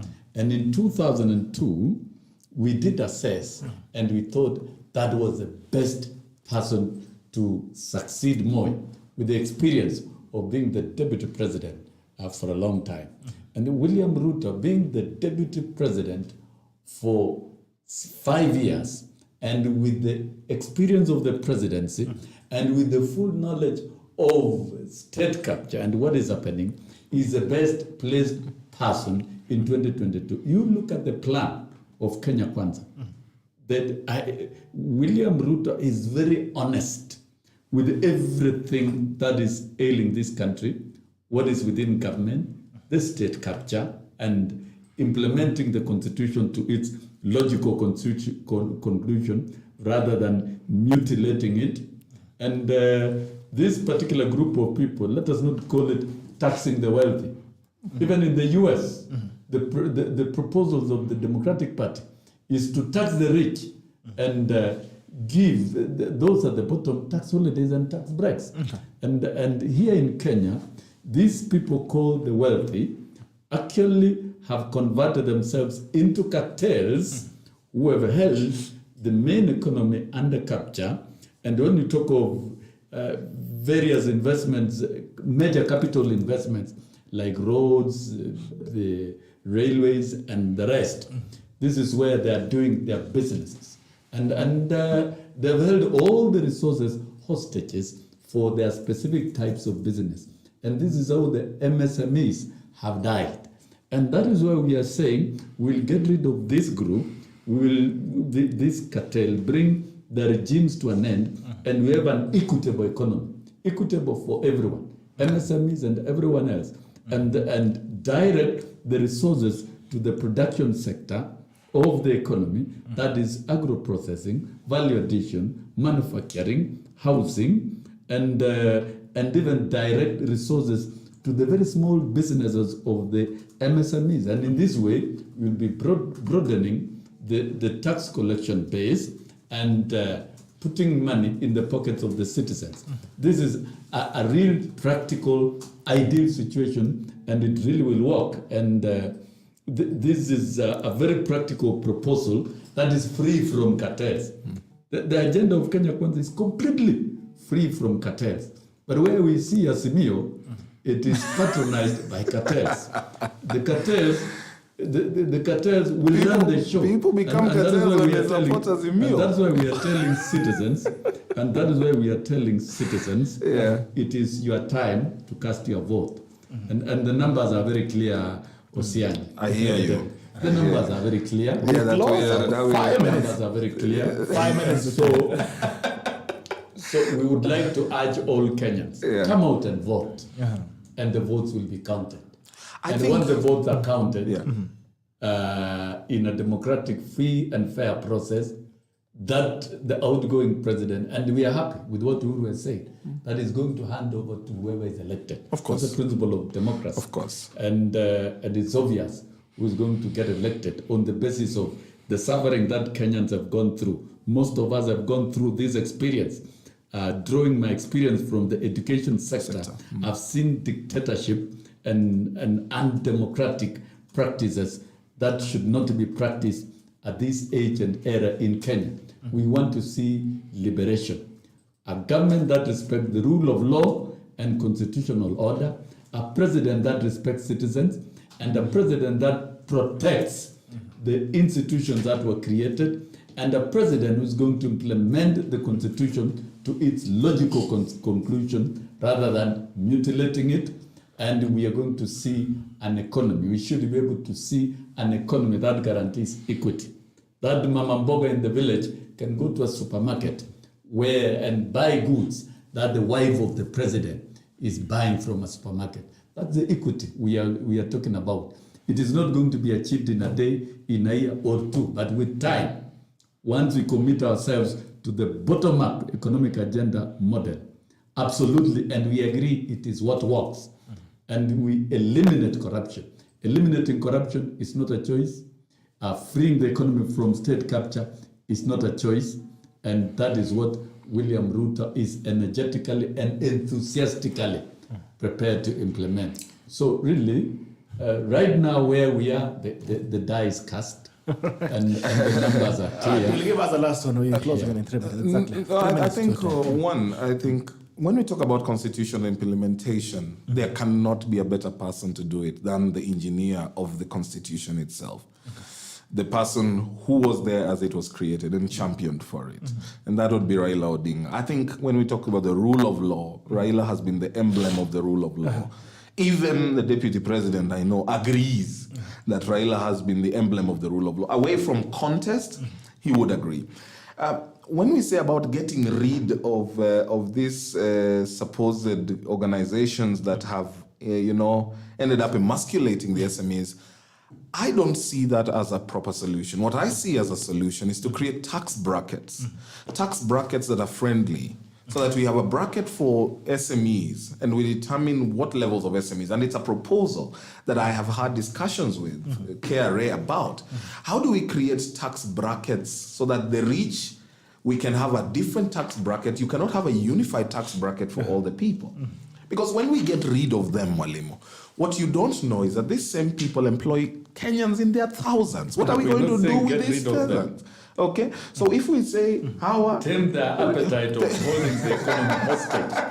Yeah, so let them do clean business. We need exactly that. That is a point of concurrence. If we are going to have a country where every person can do clean business, and we